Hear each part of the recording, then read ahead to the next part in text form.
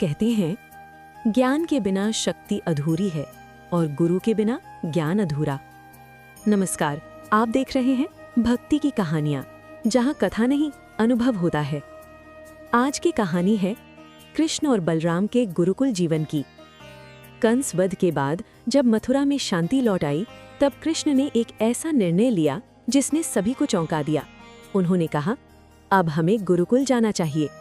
राजकुमार फिर भी शिष्य। मथुरा के लोग सोच रहे थे, जो स्वयं भगवान है, उन्हें शिक्षा की क्या आवश्यकता। पर कृष्ण मुस्कुराए। उन्होंने कहा, ज्ञान का मार्ग नम्रता से शुरू होता है। तब कृष्ण और बलराम मथुरा से निकल पड़े। उनका गंतव्य था ऋषि संदीपनी का आश्रम। आश्रम का जीवन। संदीपनी ऋषि का आश्रम प्रकृति के बीच बसा था। न कोई महल, न कोई सिंहासन, बस पेड़ों की छाया और वेदों की ध्वनि। जब कृष्ण और बलराम आश्रम पहुंचे, उन्होंने गुरु के चरणों में साष्टांग प्रणाम किया। ऋषि संदीपनी ने उनकी ओर देखा और मुस्कुराए। उन्हें समझ आ गया था कि ये साधारण बालक नहीं है। शिक्षा का प्रारंभ। गुरुकुल का जीवन राजमहल से बिल्कुल अलग था। सुबह सूर्योदय से पहले उठना, नदी से जल लाना, आश्रम की सेवा करना, फिर शुरू होती थी शिक्षा। वेद, धनुर्विद्या, राजनीति, युद्ध कौशल। कृष्ण और बलराम हर विद्या को अत्यंत ध्यान से सीखते। गुरु की सेवा। एक दिन आश्रम के अन्य शिष्यों ने पूछा, आप दोनों तो राजकुमार हैं, फिर भी इतना परिश्रम क्यों करते हैं? कृष्ण मुस्कुराए। उन्होंने कहा, गुरु के सामने सब शिष्य होते हैं। और उसी दिन कृष्ण ने स्वयं आश्रम की सफाई की। बलराम ने लकड़ियां इकट्ठी की।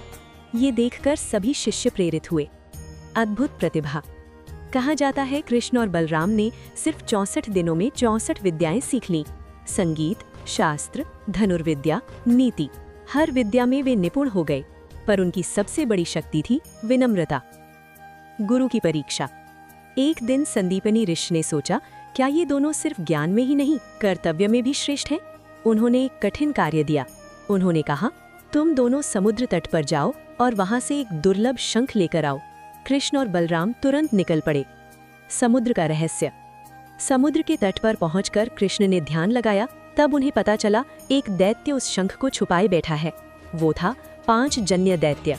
कृष्ण ने उससे युद्ध किया और अंत में उसे पराजित कर दिया। उस दैत्य के शरीर से निकला दिव्य शंख पांचजन्य। यही शंख बाद में महाभारत में कृष्ण का दिव्य शंख बना। शिक्षा की पूर्णता। जब कृष्ण और बलराम वापस आश्रम आए, संदीपनी ऋषि बहुत प्रसन्न हुए। उन्होंने कहा, तुम दोनों ने सिर्फ विद्या ही नहीं, धर्म भी सीखा है। अब समय था गुरु दक्षिणा का। गुरु दक्षिणा। कृष्ण ने विनम्रता से पूछा, गुरुदेव, हम आपको गुरु दक्षिणा में क्या दें? संदीपनी ऋषि कुछ देर मौन रहे, फिर बोले, मेरा पुत्र समुद्र में लापता हो गया था। अगर संभव हो तो उसे वापस ले आओ। चमत्कार। कृष्ण और बलराम फिर समुद्र की ओर गए। उन्होंने खोज शुरू की और अंततः यमलोक तक पहुंचे। वहां से संदीपनी ऋषि के पुत्र को वापस लेकर आए। जब गुरु ने अपने पुत्र को देखा, उनकी आंखों में आंसू आ गए। गुरु का आशीर्वाद। संदीपनी ऋषि ने कृष्ण और बलराम को आशीर्वाद दिया। उन्होंने कहा, तुम दोनों केवल मेरे शिष्य नहीं, धर्म के रक्षक हो। कृष्ण ने विनम्रता से उनके चरण छुए। अंतिम संदेश। ये कथा हमें सिखाती है, भगवान भी गुरु के सामने शिष्य बनते हैं। ज्ञान, विनम्रता और सेवा, इन्हीं से सच्ची महानता जन्म लेती है। समापन। श्री कृष्ण कहते हैं, जो गुरु का सम्मान करता है, उसे ज्ञान ही नहीं, जीवन का मार्ग भी मिलता है। यदि ये कथा आपको पसंद आई हो तो लाइक करें, शेयर करें और सब्सक्राइब करें। भक्ति की कहानियाँ, क्योंकि यहाँ कथा नहीं, अनुभव होता है। बने रहे भक्ति की कहानियाँ परिवार के साथ। धन्यवाद। अगर आपको हमारी स्टोरी वीडियो अच्छी लगी हो तो हमारे वीडियो को लाइक करें, चैनल को सब्सक्राइब करें और अपने फ्रेंड्स के साथ भी शेयर कीजिए। और कमेंट में बताइए कि कैसी लगी आपको ये स्टोरी। धन्यवाद।